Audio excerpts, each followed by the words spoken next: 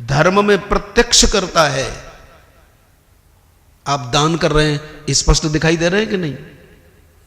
धर्म में स्पष्ट करता है, प्रत्यक्ष करता है, लेकिन योग में सूक्ष्म करता है। इसलिए कहते हैं कि सतोगुण का आश्रय लेते लेते लेते लेते समाधि लग गई, वहां भी कर्ता मौजूद है। क्यों? अब समाधि लगाने वाले भी तो अलग अलग हैं, जैसे जिनके भाव हैं। 1 घंटे की, 2 घंटे की, 1 वर्ष की समाधि नहीं साहब।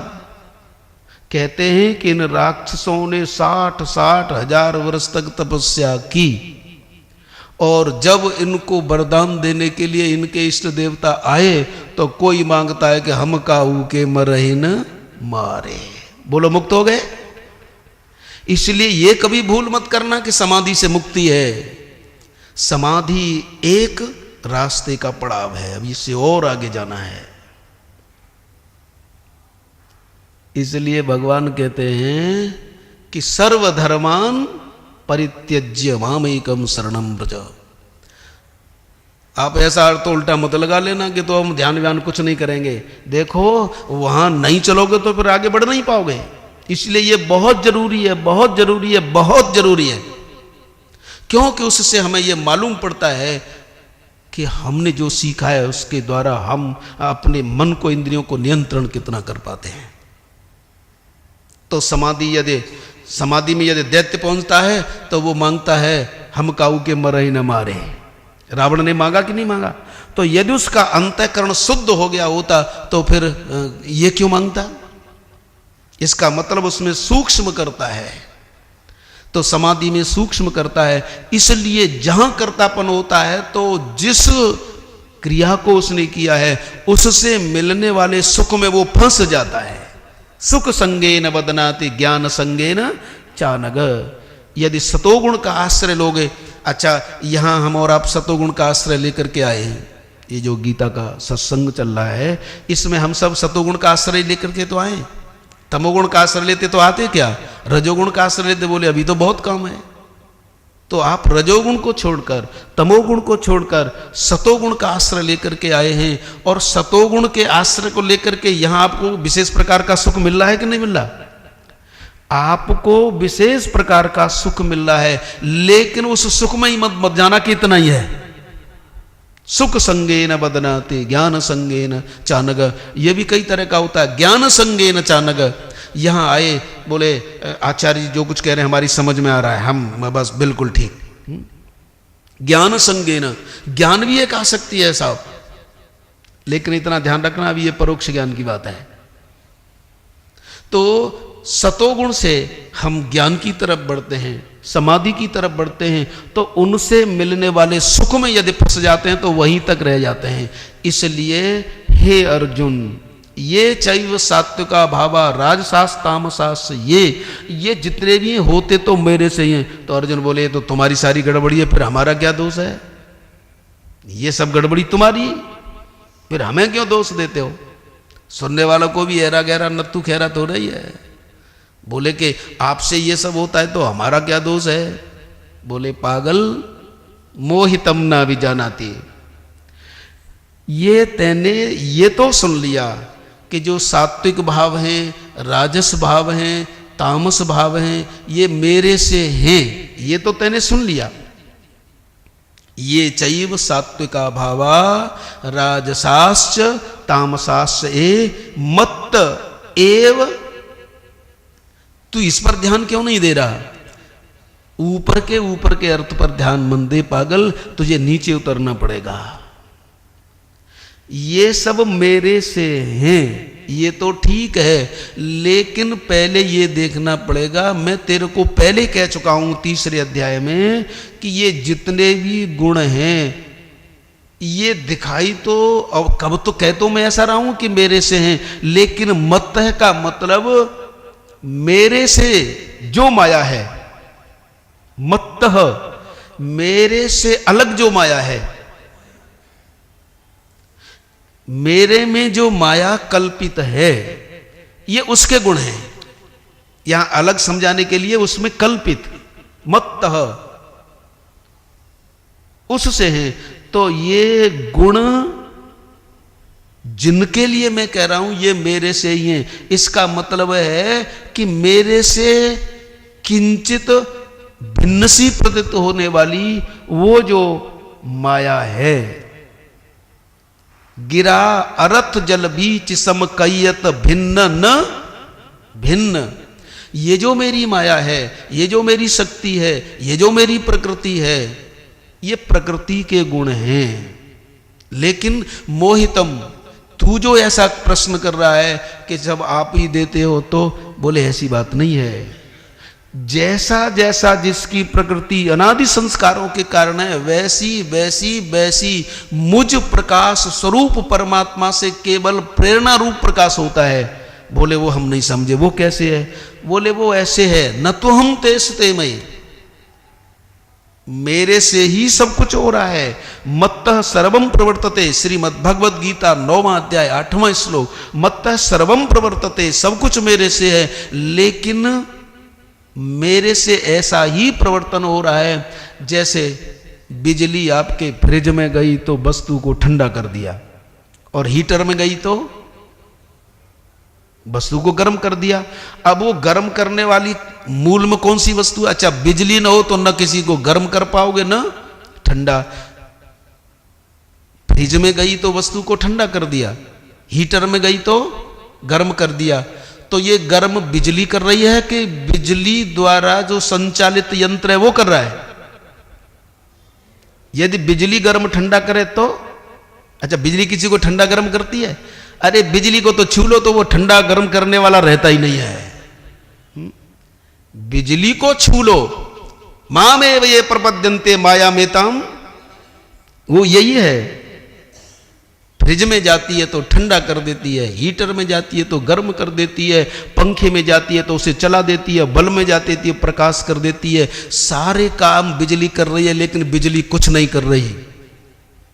बोलो दोनों बात गलत है कि सही है? ना दोनों सही। बिजली सब कुछ कर रही है, लेकिन बिजली कुछ नहीं कर रही। ये दोनों बातों में एक भी गलत है? दोनों सही है ना? ऐसे ही मेरे द्वारा सब हो रहा है। मत्तः सर्वम प्रवर्तते, शब्दों पर ध्यान दें, मेरे द्वारा सबका प्रवर्तन हो रहा है, मैं सबको प्रेरणा दे रहा हूं, करता नहीं हूं। जैसे बिजली की अध्यक्षता में, बिजली की उपस्थिति में सब कुछ काम हो रहे हैं, लेकिन उसमें माध्यम है यंत्र।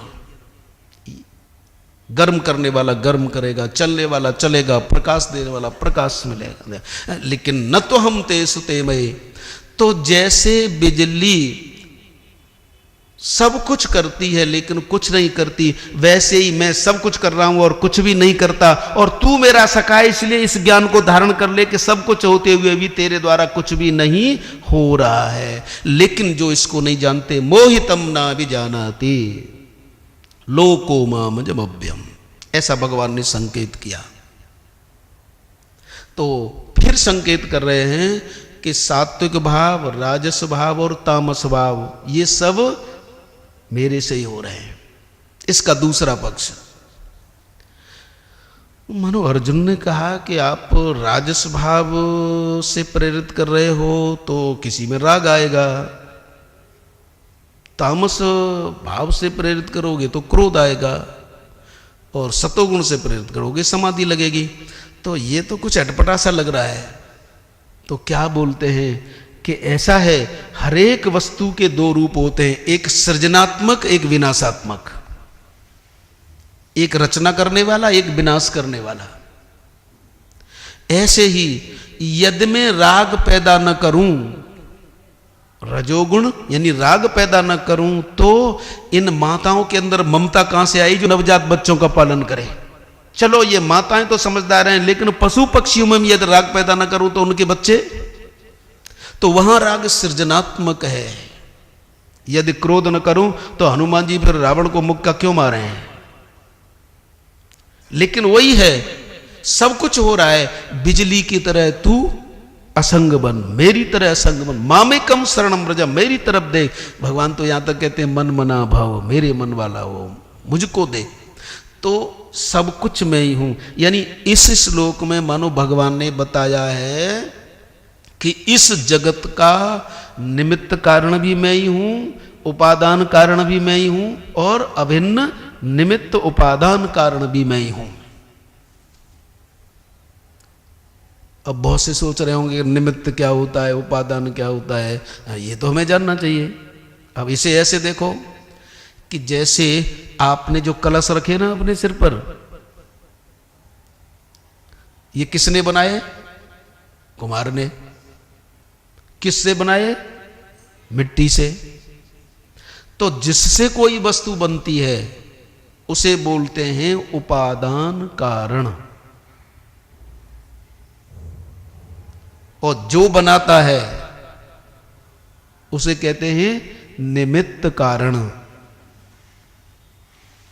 बनाता कौन है? कुम्हार। तो कुम्हार हुआ निमित्त कारण।